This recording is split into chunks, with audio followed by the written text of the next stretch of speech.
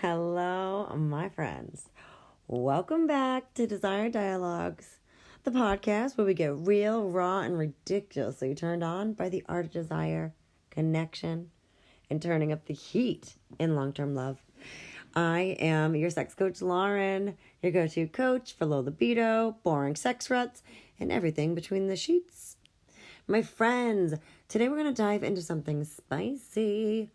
It's called sacred objectification. Oh yeah, I said it. This is being used on purpose. And no, not in a toxic, manipulative way. I mean being used with consent, with intention, and with a whole lot of arousal. This episode is about how objectification can actually be healing, intimate, and wildly sexy when done right, especially in long-term or committed partnerships. So grab your headphones, maybe a journal, maybe a partner, because we're about to flip the script on what it means to be objectified. So first off, why objectification turns people on. So let's just put it out there. A lot of people are deeply turned on by the idea of being used. And guess what? That doesn't mean you're broken, you're weird, or secretly submissive, unless you want to be. And in that case, go off and get it, right? There's a real psychological kick to being purely desired for your body, your pleasure, or your ability to please. And it's a surrender, and a surrender that can feel really delicious. And yes, nuanced. Everything is nuanced, and I get it. So here's a nuance with this. When objectification is consensual, it stops being dehumanizing and starts being devotional. Yes, baby, devotional. It's the difference between being reduced to an object and being adored as an object on purpose. It's going to tap into fantasy, power play, primal energy. It's hot, and it can even be healing if you've struggled, with being overly in your head, always feeling like you need to perform or be good in bed. All right, so why married or committed couples really need this, all right? I'm going to say something that may sting. Being polite in bed can make your sex life boring as fuck, especially in long-term relationships.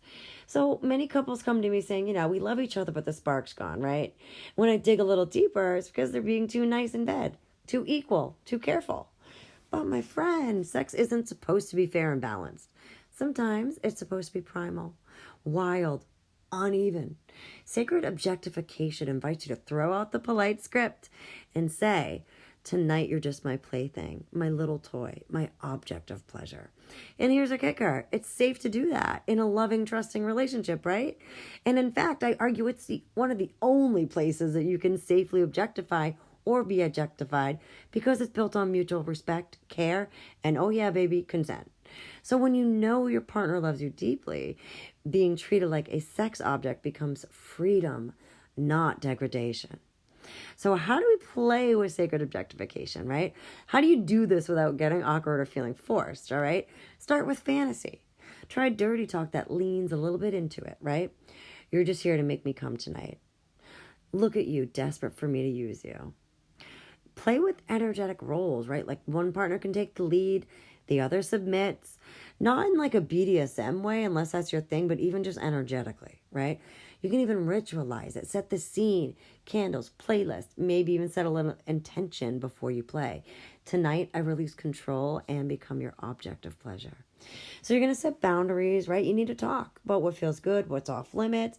For example, some people love being called names like slut, a good girl. Others don't. Find your language, okay? I personally love to be called a cum dumpster.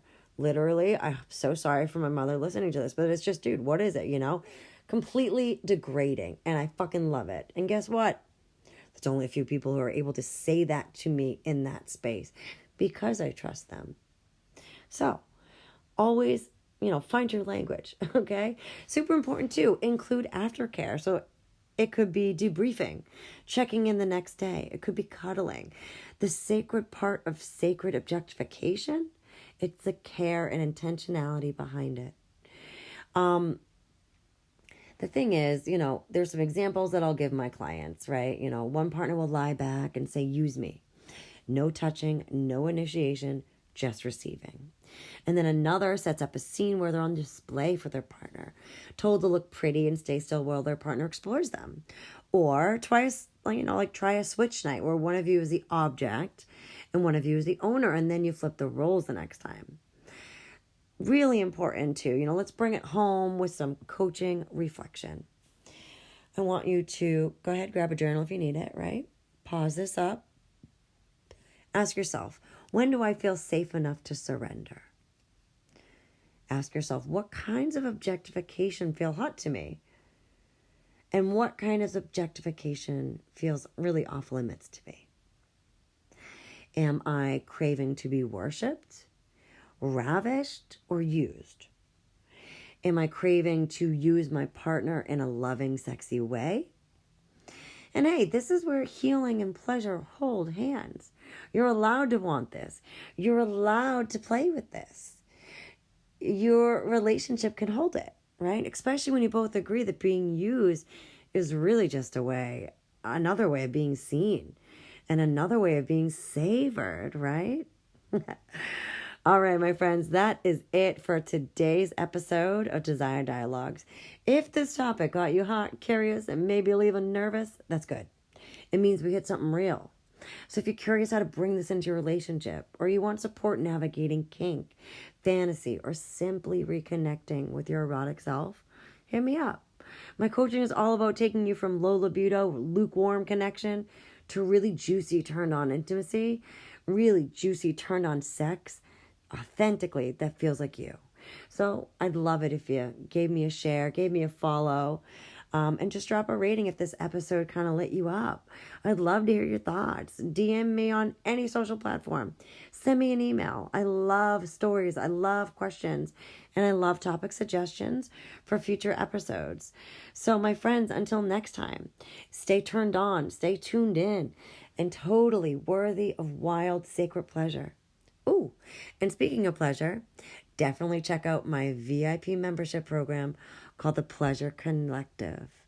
The Pleasure Collective is going to be each month getting you closer to building your personal pleasure user manual. Archetypes, initiation styles, communication styles, desire types, love languages, sex languages, erotic blueprint. It's all in there, baby, as well as all the scripts and all the things that are going to help you communicate this, to step into it because you deserve it. The door to pleasure is open, and it's up to you if you're ready to walk through it. And until you are, I'll be right here for you. And when you are, I will embrace you. I will guide you. I will root you on.